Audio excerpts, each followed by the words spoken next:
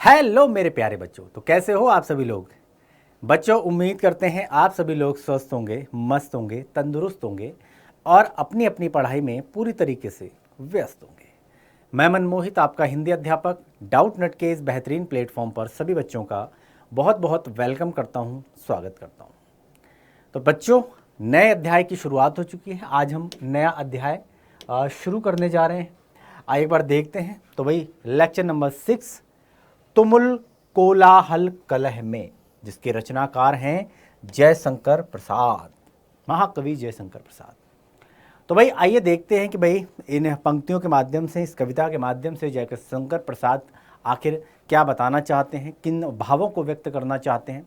तो एक बार नज़र डालते हैं। तो सबसे पहले करेंगे आज अध्ययन, वो करेंगे कवि का जीवन परिचय। लेखक, लेखिका, कवि और कवित्री। गद्यांश जब पढ़ रहे होगे तो लेखक और लेखिका, और जब पद्यांश पढ़ रहे होगे यानी कि काव्यांश, तो भाई वो कवि और कवित्री में कन्वर्ट हो जाता है। क्लियर। तो भाई चाहे गद्यखंड से हो चाहे वो पद्यखंड से हो, एक आती है जीवनी। भाई 100% एक आएगी जीवनी, और इस जीवनी में आपको पूरा का पूरा जीवन परिचय देना होता है एक कवि का, कवित्री का, लेखक का और लेखक का। यानी कि गद्यखंड पद्यखंड कहीं से भी पूछ लिया जाएगा, और ये आप तब दे पाओगे जब आपको इनके बारे में पूरा पता होगा। जन्म कब हुआ, मृत्यु कब हुई, शिक्षा, दीक्षा, माता का नाम, पिता का नाम, साहित्य में क्या इनका योगदान है, पुरस्कार कौन कौन से मिले हैं इनको, और इसी के साथ रचनाएं और कृतियां मोस्ट इंपॉर्टेंट। भाषा शैली किस प्रकार की है, कहीं से भी उठाकर कोई भी क्वेश्चन आपसे पूछ लिया जाएगा। जरूरी नहीं कि जीवन परिचय के अंदर ही आपसे पूछे। भाई जीवन परिचय तो आता ही आता है, और इसके अलावा सब्जेक्टिव क्वेश्चन के रूप में, ऑब्जेक्टिव क्वेश्चन के रूप में, बहु वैकल्पिक के साथ साथ बहुत ही छोटे शॉर्ट में एक एक लाइन वाले जो प्रश्न होते हैं उनमें भी पूछ लिया जाता है। तो आपको जब आएगा तभी तो आप लिख पाओगे। तो आप जितना जरूरी पाठ को समझते हैं उतना ही जरूरी जीवन परिचय कवि का, कवित्री का, लेखक का और लेखिका का आपको आना चाहिए। क्लियर हो गया, बात समझ में आ गई। इसके बाद क्या करेंगे, कविता का सारांश करेंगे। बहुत ही शॉर्ट में, सारांश मतलब सार, कविता का सार, कि आखिर ये कविता कह क्या रही है, आखिर ये पंक्तियां कह क्या रही, इन पदों के माध्यम से कवि किन भावों को व्यक्त करना चाहता है, दिखाना चाहता है, समझाना चाहता है ना। क्लियर। इसके साथ साथ करेंगे कविता का भावार्थ, है ना, व्याख्या करेंगे, और डिटेल में आप व्याख्या के माध्यम से समझेंगे कि भाई इन पंक्तियों के माध्यम से कवि ने किन भावों को प्रकट किया है। अब आगे चलते हैं प्रश्न और उत्तर, मोस्ट इंपॉर्टेंट। एग्जाम के अंदर, आपकी किताब के अंदर इस पार्ट में से जो जो क्वेश्चन बनते हैं, जो जो क्वेश्चन आपके परीक्षा के अंदर आ सकते हैं, वो सारे के सारे हम आज के इस लेक्चर में कवर करेंगे। क्लियर हो गया। तो भाई फटाफट से एक कॉपी उठाओ, एक पेन उठाओ, ताकि आपको खुद के नोट्स बनाने का मौका मिले। क्लियर है। अब आप कहोगे कि सर ये नोट्स क्या होता है। अरे भाई, हम लोग जब डिटेल में पढ़ रहे होते हैं, तो आपको जो चीज़ समझ में आ रही होती है, तो आपके हाथ में पेन है, आपके हाथ में कॉपी है, आप फटाफट इसको नोट डाउन कर लो। ये बन गए आपके नोट्स। ये नोट्स क्यों ज़रूरी होते हैं, क्योंकि एग्ज़ाम्स टाइम के अंदर हम लोग पूरी की पूरी बुक नहीं पढ़ पाते हैं। Am I right? यस भाई, एग्ज़ाम टाइम में छोटे छोटे नोट्स बड़े काम के आते हैं। नोट्स की सहायता से हम पूरा का पूरा सिलेबस जो है कंप्लीट कर लेते हैं, समझ में आ जाता है हमें।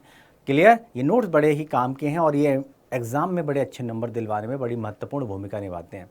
क्लियर। एग्ज़ाम समय में हमारी सबसे बड़ी दिक्कत होती है कि हमें सभी प्रश्नों का हल करना होता है, लेकिन बहुत सारे बच्चे कुछ प्रश्नों को छोड़ कर आ जाते हैं। ऐसा क्यों होता है, क्योंकि आपकी स्पीड नहीं है।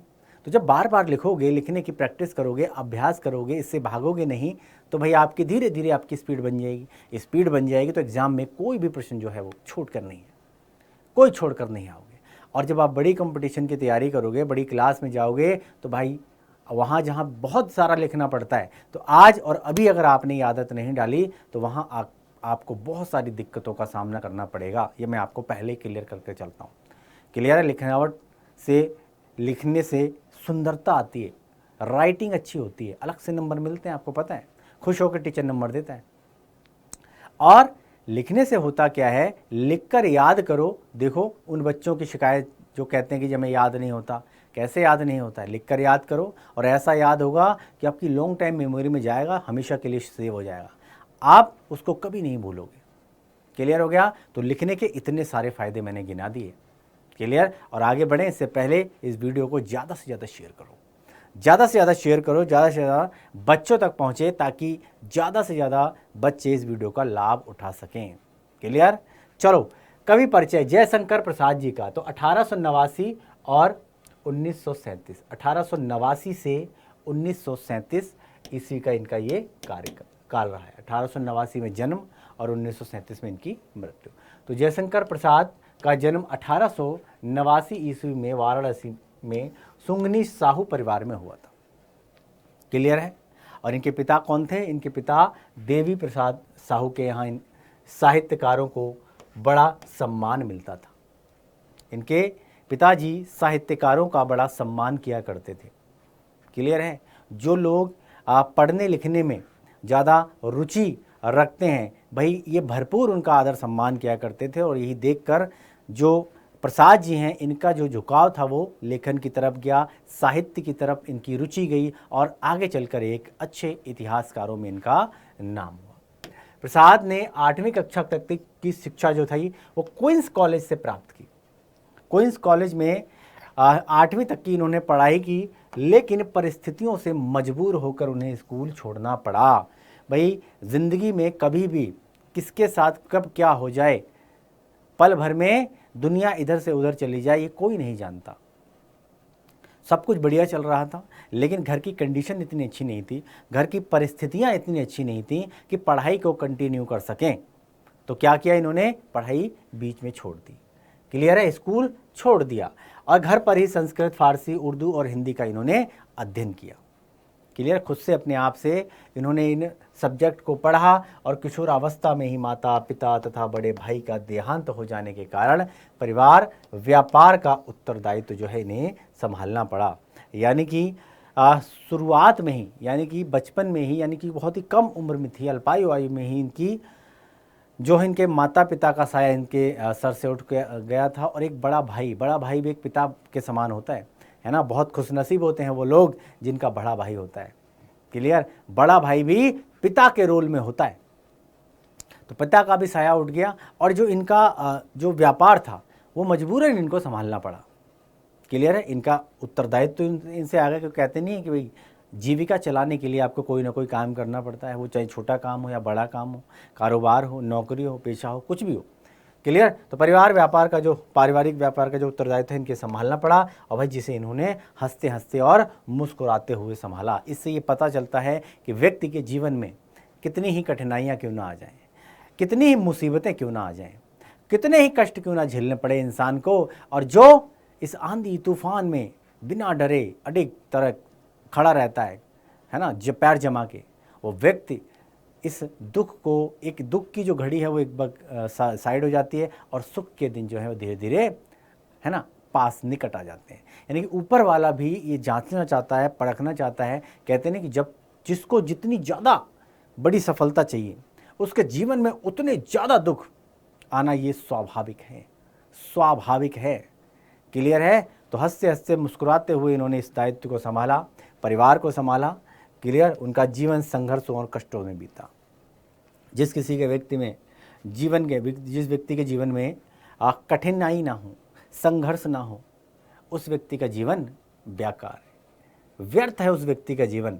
तो बिना कठिनाइयों के, बिना संघर्षों के अगर आप सोचते हो कि भाई बहुत बड़ी सफलता अर्जित की जाए, तो भाई ऐसा संभव नहीं होता। बिना कठिनाई के, बिना संघर्षों के, बिना कष्टों के ऊंची उड़ान नहीं भरी जा सकती। यानी कि जीवन में बहुत बड़ी सफलता आपको नहीं मिलेगी। आप किसी भी बड़े सक्सेसफुल पर्सन की बायोग्राफी जो है पढ़िए, है ना, आपको पता चलेगा कि भाई वो जिस मुकाम पर आज हैं, उन्होंने जब शुरुआत करी थी तो ऐसे ही कष्ट झेलने पड़े थे, ऐसे ही दुख तकलीफ़ें उठानी पड़ी थी, चाहे वो किसी भी फील्ड का, किसी भी क्षेत्र का व्यक्ति क्यों ना हो, है ना। और उन कष्टों को झेलते हुए आज वो उस क्षेत्र के सिफर पर, सिफर से शुरू की और शिखर तक पहुंच गया, है ना। सफलता के शिखर पर उसने अपने नाम को इंगित किया। और इस पर साहित्य सृजन और साहित्य अध्ययन के प्रति वे सदैव जागरूक रहे। यानी कि इतनी सारी कठिनाइयाँ, इतने सारे जो कष्ट थे इनके जीवन में, लेकिन इसके बाद भी इन्होंने पढ़ना लिखना नहीं छोड़ा। क्लियर हो गया। इन्होंने अध्ययन करना नहीं छोड़ा। साहित्यिक सृजन और साहित्यिक अध्ययन के प्रति जो हमेशा से ही इनका झुकाव रहा था, वो उसको हमेशा जिंदा रखा। कहते हैं व्यक्ति की जिस चीज़ में रुचि होती है, जिस चीज़ में उसका ध्यान लगता है, जिस चीज़ में उसका इंटरेस्ट होता है, वो चाहे कितने ही कष्ट क्यों ना आ जाए, कितनी कठिनाइयाँ क्यों ना आ जाए, वो एक न एक दिन उन कठिनाइयों को छोड़कर, उन कठिनाइयों से जूझ कर वो सफलता के उस शिखर पर पहुंचता है। क्लियर है। अगर सचिन तेंदुलकर के जीवन में कष्ट ना होते तो सचिन तेंदुलकर शायद क्रिकेट के इतने बड़े सितारे ना होते। क्लियर। ऐसे तमाम क्षेत्र के तमाम दिग्गज जो आज शिखर पर बैठे हुए हैं, उनके जीवन में भी संघर्ष थे। क्लियर। तो इनके जीवन में बड़े संघर्ष थे और सन 1937 में इनका देहावसान हो गया, यानी कि ये पंच तत्व में विलीन हो गए, इनकी मृत्यु हो गई। जयशंकर प्रसाद हिंदी के बहुमुखी प्रतिभा संपन्न साहित्यकार हैं। वे कवि, नाटककार, कहानीकार तथा उपन्यासकार के रूप में अपना विशिष्ट स्थान रखते हैं। क्लियर। कवि के रूप में तो ये जाने जाते ही हैं, साथ ही साथ एक नाटककार के रूप में भी इन्होंने ख्याति प्राप्त की। नाटककार के रूप में भी इनको जाना जाता है। कहानियाँ बहुत अच्छी लिखा करते थे। एक प्रसिद्ध कहानीकार के रूप में भी इनको जाना जाता है। उपन्यास बहुत बेहतरीन लिखे हैं इन्होंने, तो उपन्यासकार के रूप में भी इनको जाना जाता है। तो हिंदी साहित्य में अपना एक विशिष्ट स्थान रखते हैं। क्लियर। Multi talented. उन्होंने हिंदी का जो रविंद्र कहा जाता है इनको, हिंदी का रविंद्र, वही चित्रधारा, कानन कुसुम, प्रेम पथिक, महाराणा की महत्व, झरना, महाराणा का महत्व, झरना, लहर, आंसू तथा कामायनी, ये इनकी प्रमुख काव्य रचनाएं हैं। तो हेडिंग डालना काव्य रचनाएं। क्लियर है। काव्य रचनाएं, और काव्य रचनाओं के बाद आपने इनकी रचनाएं लिखनी है। कौन कौन सी इनकी काव्य रचनाएं हैं? तो चित्रधारा, कानन कुसुम, प्रेम पथिक, महाराणा का महत्व, झरना, लहर, आंसू तथा कामायनी, ये इनकी प्रमुख काव्य रचनाएं हैं। क्लियर। कामायनी क्या है? कामायनी जयशंकर प्रसाद जी का महाकाव्य है। क्लियर है। कामायनी क्या है? आपने लिख देना है, कामायनी जयशंकर प्रसाद जी का महाकाव्य है। ये वो महाकाव्य है जिसने इन्हें सफलता के शिखर तक पहुंचा है। हिंदी साहित्य में अपने आप को स्थापित करने में इस महाकामायनी का जो है बड़ा महत्वपूर्ण योगदान है। ये एक ऐसा महाकाव्य है जिसने जयशंकर प्रसाद जी की ख्याति को कई गुना बढ़ा दिया। ये छायावाद की ही नहीं, आधुनिक हिंदी काव्य की भी अमूल्य निधि हैं। तो छायावाद के प्रमुख स्तंभों में इनकी गिनती होती है। छायावाद के साथ साथ ये जो है आधुनिक हिंदी काव्य के भी अमूल्य धरोहर है। प्रसाद के नाटक हैं। अब नाटक हेडिंग डालना, नाटक, और नाटक में क्या क्या है इनके? विशाख है, अजातशत्रु है, स्कंदगुप्त है, ध्रुव स्वामिनी है, चंद्रगुप्त, ये इनके नाटक हैं, प्रमुख नाटक। एग्जाम में आएगा कि भाई जयशंकर जी के प्रसाद के प्रमुख नाटक कौन कौन से हैं। क्लियर है। तो आपने इन नाटकों को नाम लिख देना है। क्लियर है। विशाख है, अजातशत्रु, स्कंदगुप्त, ध्रुव स्वामिनी और चंद्रगुप्त। कंकाल तिली इरावती, ये अधूरा, इनके ये उपन्यास है। उपन्यासकार के रूप में भी इनको जाना जाता है। तो भाई ध्रुव स्वामिनी, माफ कीजिए, कंकाल तिली इरावती, ये इनके उपन्यास हैं। इसी के साथ छाया, आंधी, प्रतिध्वनि, इंद्रजाल तथा आकाशदीप, इनके 5 कहानी संग्रह हैं। कितने कहानी संग्रह हैं? 5 कहानी संग्रह। कौन कौन से हैं? तो कहानी संग्रह हेडिंग डाल के उसके बाद इनके नाम लिख देना है आपको। छाया, आंधी, प्रतिध्वनि, इंद्रजाल तथा आकाशदीप। क्लियर हो गया? बात समझ में आ गई? इस तरीके से आगे बढ़ें। चलो, जयशंकर प्रसाद के काव्य की मुख्य विशेषताएं क्या हैं? वो इस प्रकार है कि वे छायावादी कवि हैं तथा उनके काव्य में प्रेम और सौंदर्य का चित्रण बहुत ही मार्मिक तरीके से किया गया है ना। इनके जो काव्य में है प्रेम और सौंदर्य का चित्रण किया गया है। क्लियर। प्रकृति के सौंदर्य के भी ये अद्भुत चितेरे कहा जाता है। प्रकृति सौंदर्य यानी कि प्रकृति सौंदर्य के अद्भुत चितेरे इनको बोला जाता है। प्रकृति सौंदर्य के चितेरे कवि के रूप में भी इनको जाना जाता है। अपने मन के भावों को, अपने मन के भावों को प्रकृति के माध्यम से व्यक्त करना, प्राकृतिक चीज़ों के माध्यम से व्यक्त करना। प्राकृतिक चीज़ें कौन कौन सी हैं? नदियाँ हैं, पहाड़ हैं, फूल हैं, है ना, झरने हैं, पत्थर हैं। तो ये क्या है? ये सब नेचुरल प्रोसेस है, जंगल है, इस तरीके से। तो ये प्रकृति के माध्यम से अपने भावों को व्यक्त करना इनके काव्यों की श्रेष्ठता को दर्शाता है, और इससे इनकी काव्यगत विशेषताओं के बारे में पता चलता है, कितने उच्च कोटि के कवि रहे। नारी की गरिमा उनके काव्यों और नाटकों में अंकित है। नारी का जो सम्मान है वो बनाकर रखते थे।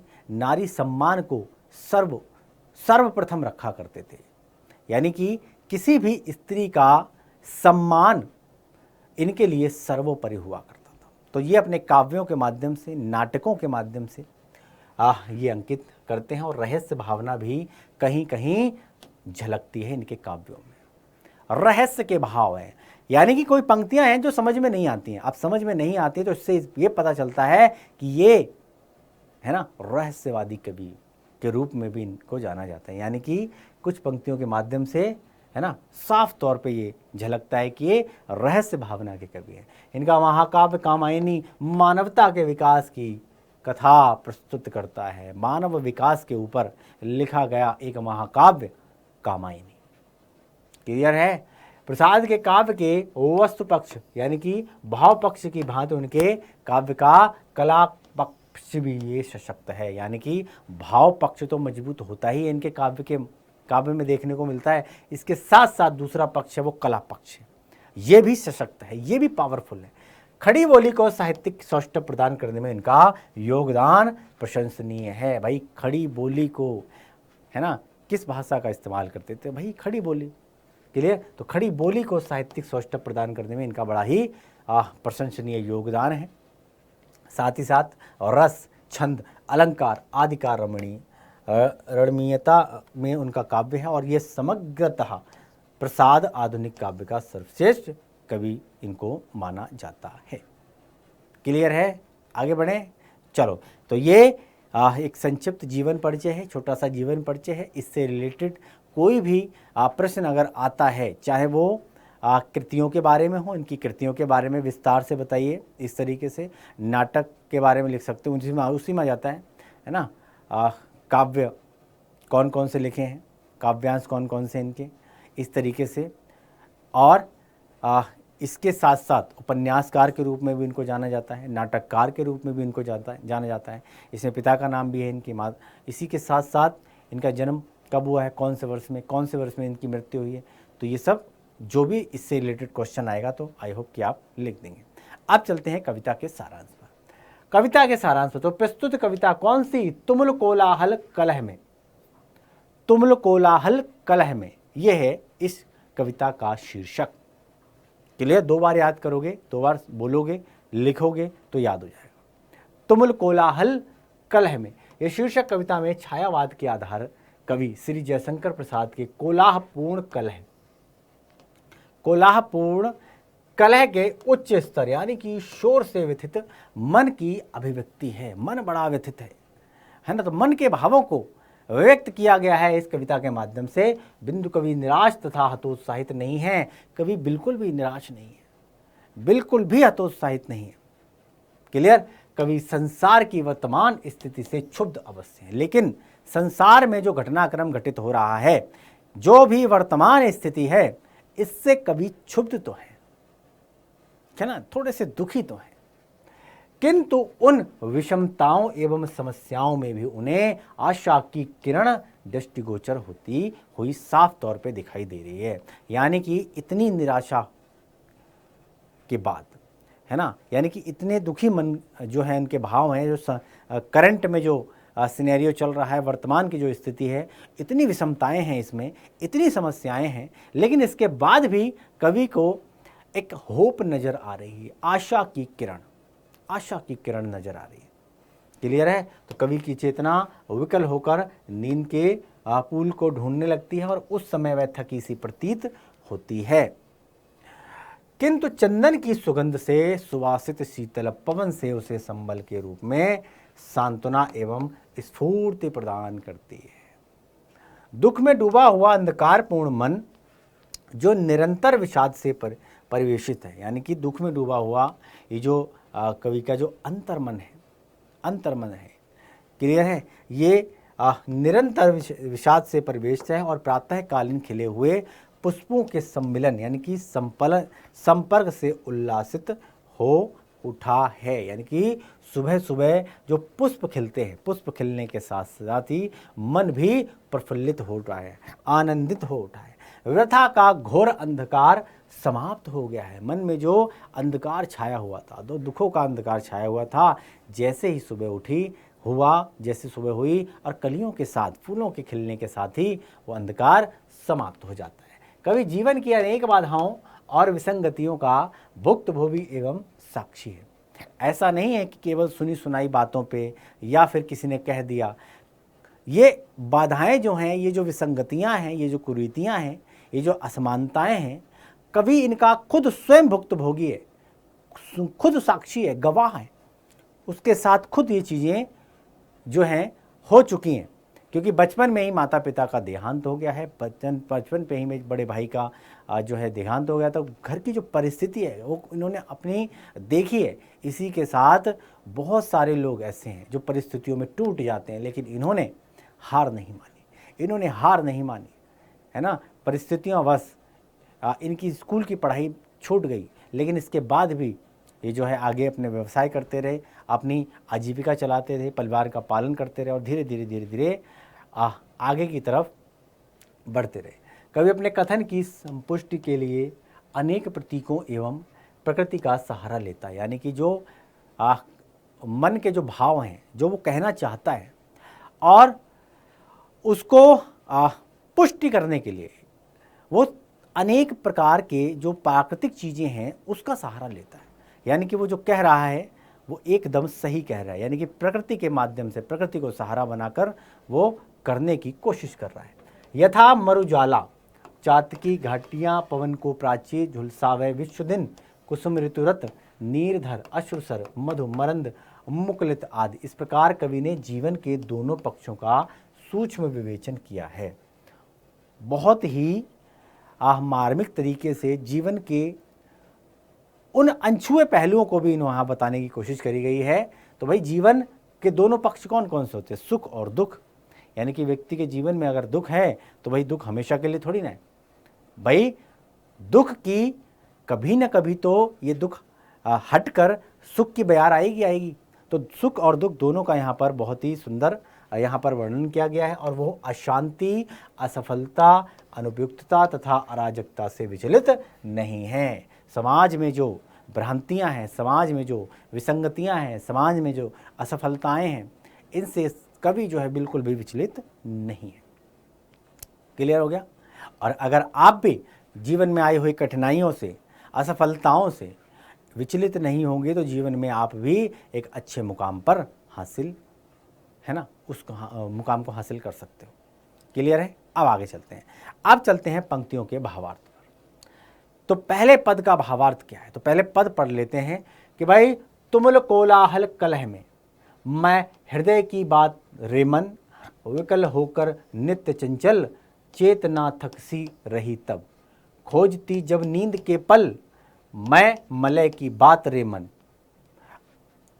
तो क्या है इन पंक्तियों में? तो भाई प्रस्तुत व्याख्या पंक्तियां छायावाद के आधार स्तंभ महाकवि जयशंकर प्रसाद छायावाद के प्रमुख स्तंभ माने जाते हैं। तो ये पंक्तियां जो है वो जयशंकर प्रसाद जी के द्वारा रचित तुमुल कोलाहल कलह में, ये आपका पाठ का नाम आ गया। क्लियर है? क्या आ गया? जयशंकर प्रसाद इसके कवि हैं, और तुमुल कोलाहल कलह में ये शीर्षक कविता से ये पंक्तियां ली गई हैं।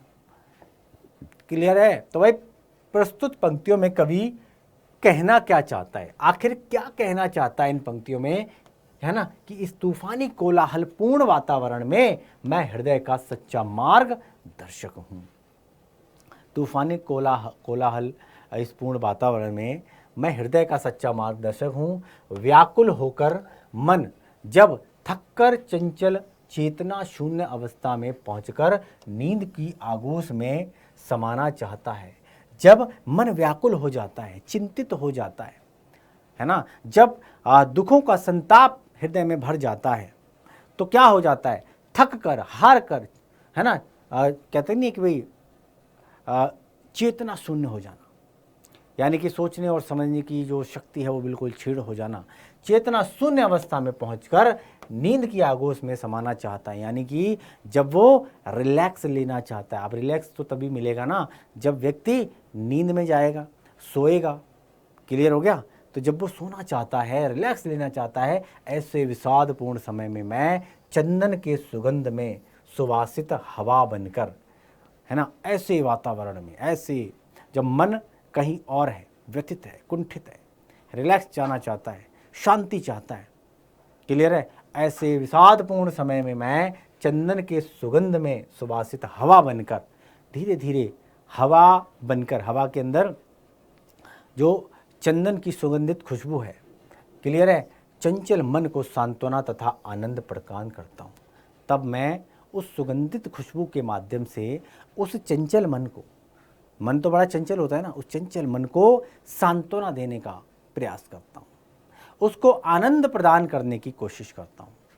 क्लियर है? और इस प्रकार कवि को अवसाद एवं अशांतिपूर्ण वातावरण में भी उज्जवल भविष्य सहज ही दृष्टिगोचर दिखाई देती है। यानी कि ऐसे वातावरण में भी एक आशा की किरण जो है तो कवि को दिखाई दे रही है कि भाई वक्त बदलेगा, भाई वक्त बदलेगा, हर दिन एक जैसा नहीं रहता। क्लियर? चलो दूसरे पद में देखते हैं कि चिर विषाद विलीन मन की, इस व्यथा के तिमिर वन की, मैं उषा सी ज्योति रेखा, कुसुम विकसित प्रात रे मन।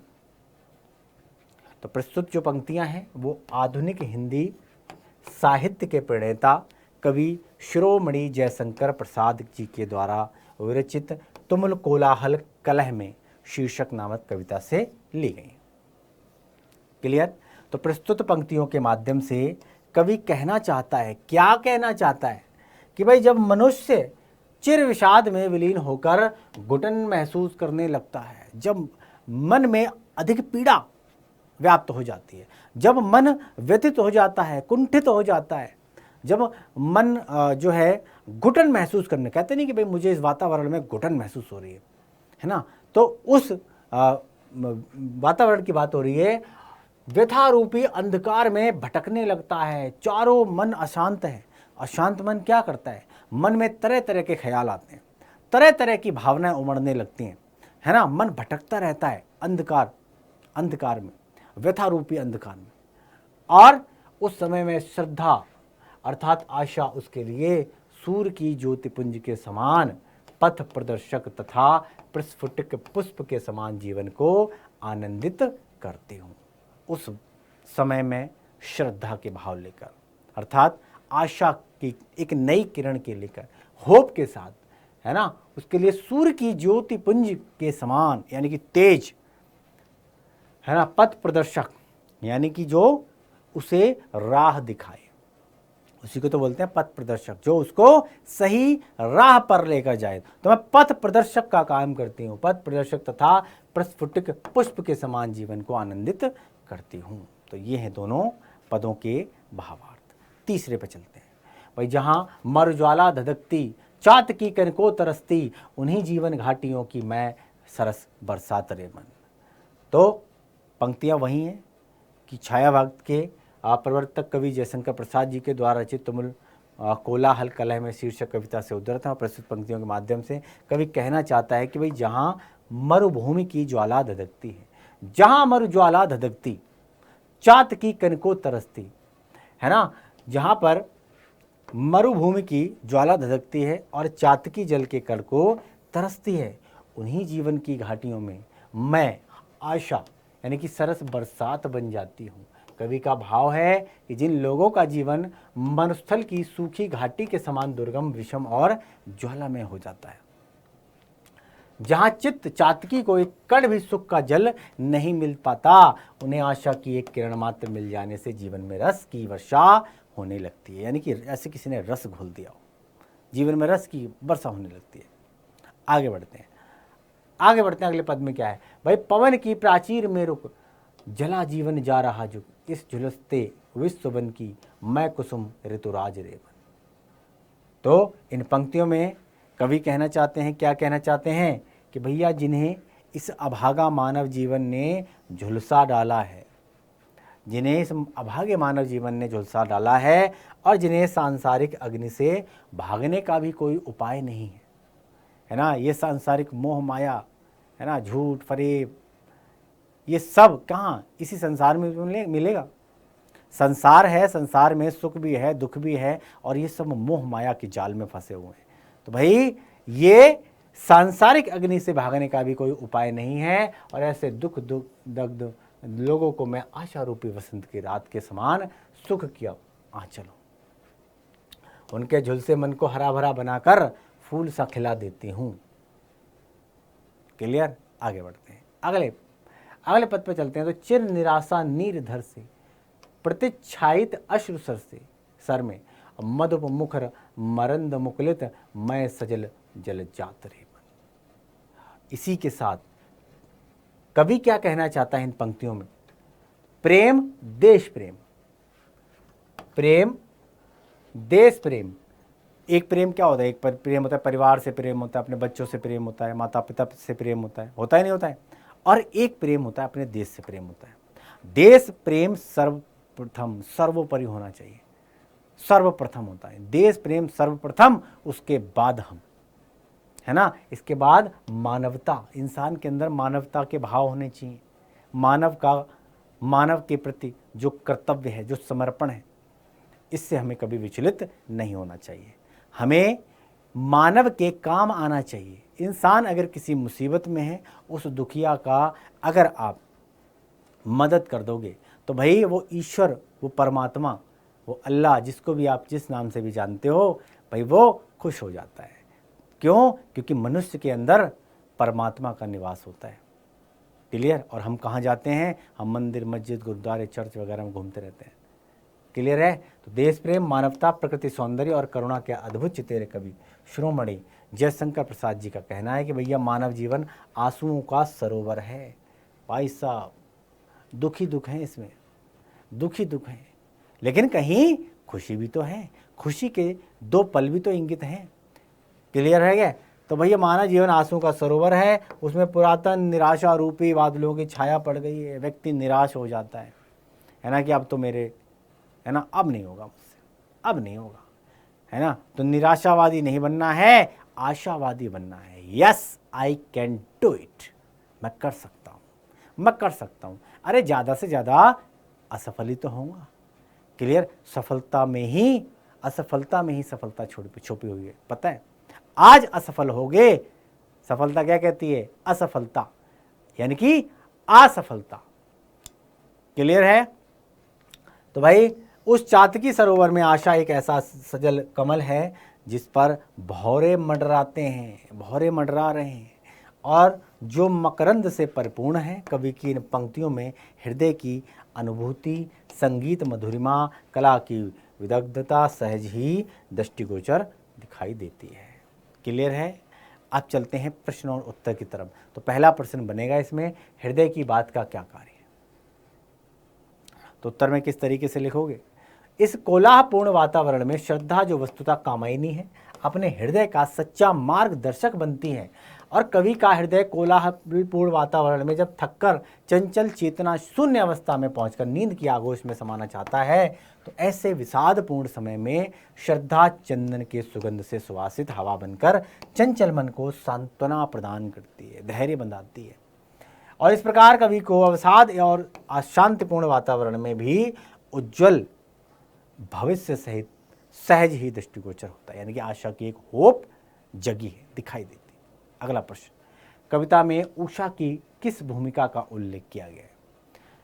तो छायावादी कवि जयशंकर प्रसाद जी द्वारा रचित तुमुल कोलाहल कलह में शीर्षक कविता में उषा काल की एक महत्वपूर्ण भूमिका का उल्लेख किया गया है। उषा काल अंधकार का नाश करती है। पता है, रात्रि के बाद जब सवेरा होता है, तो शुरुआत में जब धीरे धीरे सूर्य निकलने का जब समय होता है 4, 5, 6 बजे के आसपास, 4, 4:30, 5 जो लालिमा होती है ना, उसकी जिक्र हो रहा है यहाँ पर।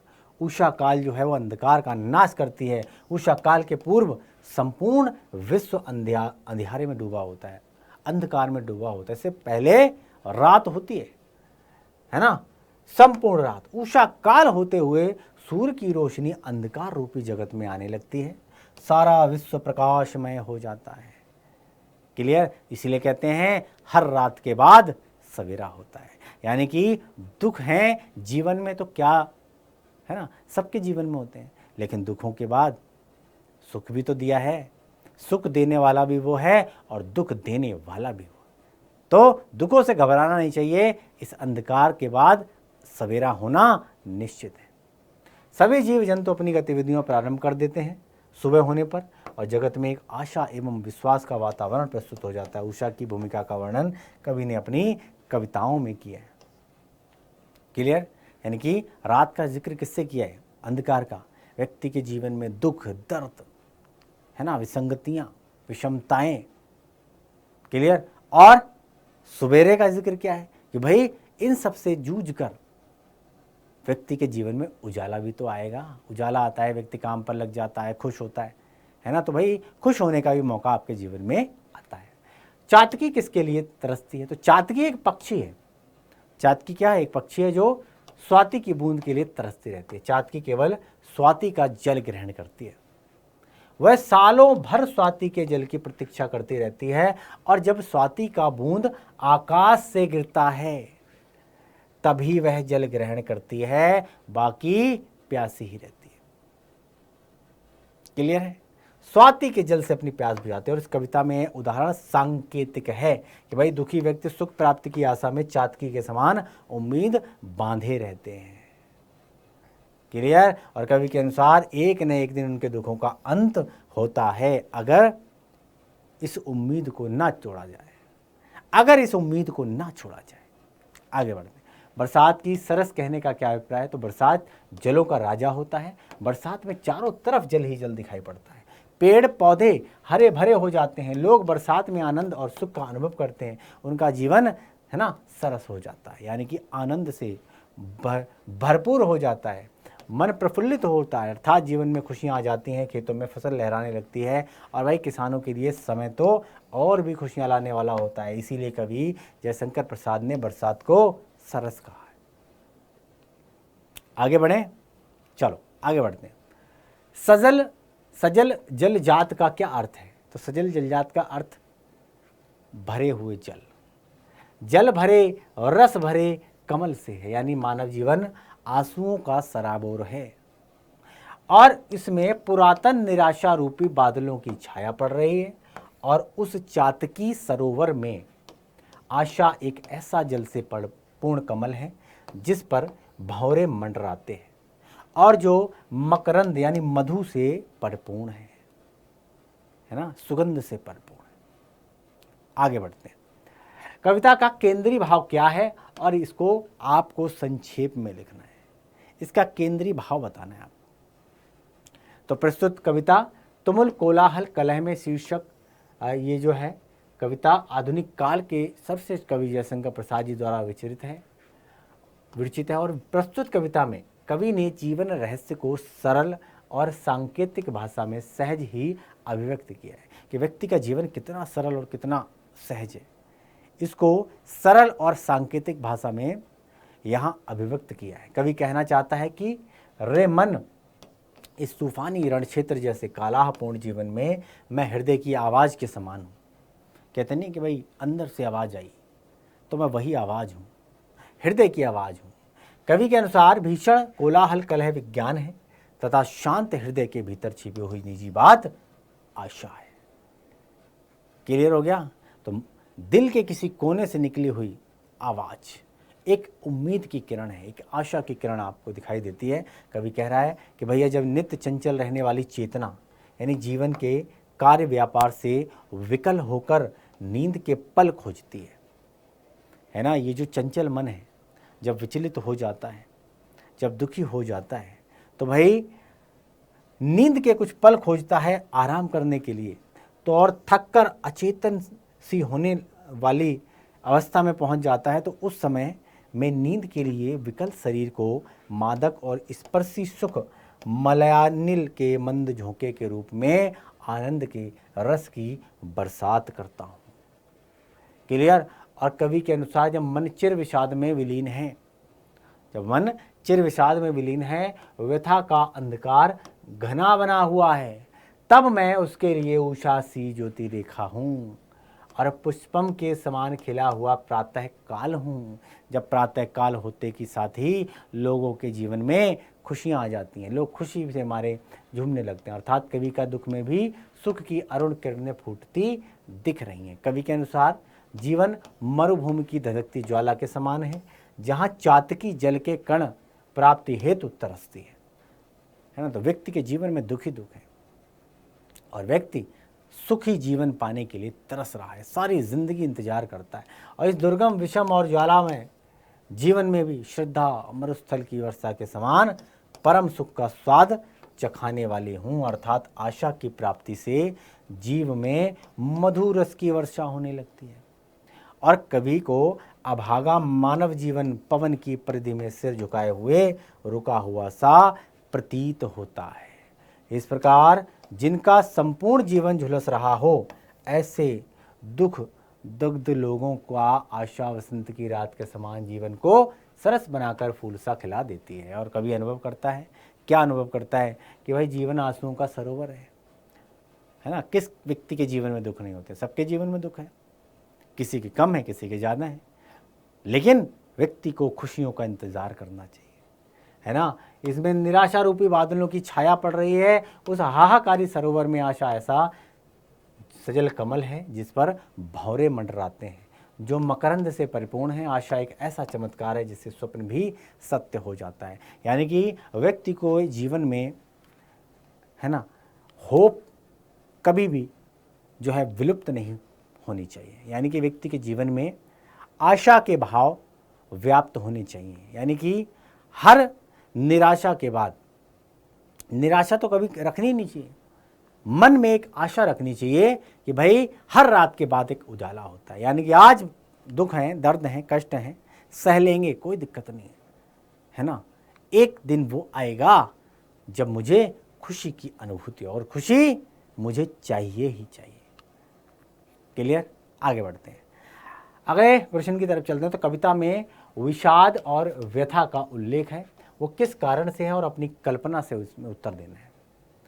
तो प्रसाद जी द्वारा लिखित तुमुल कोलाहल कलह में शीर्षक कविता के द्वितीय पद में विषाद और व्यथा का यहाँ पर उल्लेख किया गया है। क्या विषाद और व्यथा? कवि के अनुसार संसार की वर्तमान स्थिति कोलाहलपूर्ण है। कवि संसार की वर्तमान कोलाहलपूर्ण स्थिति से क्षुब्ध है, यानी कि दुखी है, व्यथित है। इससे मनुष्य का जो मन है चिर विषाद में लीन हो जाता है। किस में लीन हो जाता है? चिर विषाद में लीन हो जाता है। मन में घुटन महसूस होने लगती है। कवि अंधकार रूपी वन में व्यथा यानी कि दुख का अनुभव करता है। सचमुच वर्तमान संसार में सर्वत्र विषाद एवं व्यथा ही परिलक्षित होती है। क्लियर। चलो अगले प्रश्न पर चलते हैं। यह श्रद्धा का गीत है, जो नारी मात्र का गीत कहा जा सकता है। सामान्य गीत में जीवन में परियों की जो भूमिका है उसे देखते हुए कहा जा सकता है कि कविता में कही गई बातें उस पर घटित होती हैं। और विचार कीजिए और गृहस्थ जीवन में नारी के अवदान पर एक छोटा सा निबंध लिखिए। नारी की स्थिति के बारे में बताना है, तो कैसे लिखेंगे? इस अंश में महाकाव्य की नायिका श्रद्धा है ना। श्रद्धा किसी का नाम नहीं है, श्रद्धा वो मन के भाव है ना। हमें श्रद्धा कहते हैं ना, श्रद्धा भाव से भगवान को अगर श्रद्धा भाव से पुष्प अर्पित किए जाएं तो भगवान खुश हो जाते हैं। तो वो वाली श्रद्धा की बात हो रही है ना। तो इनकी नायिका कौन है? श्रद्धा है। और जो वस्तुतः स्वयं कामायनी है, इसमें श्रद्धा आत्मगान प्रस्तुत करती है और ये आत्मगीत नारी मात्र का गीत है।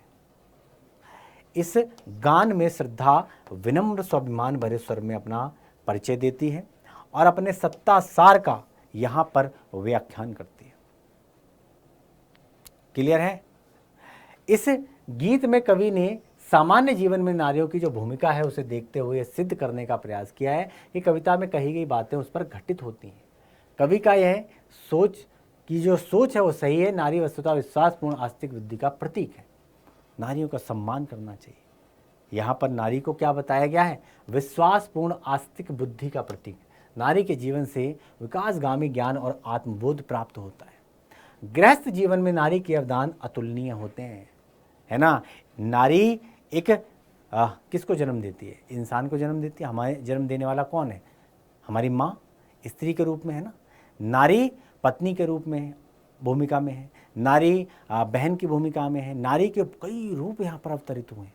तो नारी का जो जीवन है, गृहस्थ जीवन में नारी के अवदान अतुलनीय है। गृहस्थ जीवन में नारी की भूमिका महत्वपूर्ण मानी गई है। जब पुरुष का मन कोलाहलपूर्ण वातावरण में चेतना शून्य हो जाता है और जब वह शांति की नींद चाहता है, तब नारी मलय पर्वत से चलने वाली सुगंधित हवा बनकर पुष्प के चंचल मन को आनंद प्रदान कर देती है। जब गृहस्थ जीवन में जब कोई व्यक्ति बाहर से थका हुआ हारा होता है, तो स्त्री क्या है ना, उसकी सेवा में तल्लीन हो जाती है। उसको एक प्यार भरे 2 शब्द बोल देती है, 1 गिलास पानी पिला देती है, बैठ के जब माथा सर दबा देती है, तो क्या है, अद्भुत सुख आनंद की प्राप्ति हो जाती है उस व्यक्ति को। वो सारे सुख दुख भूल जाता है।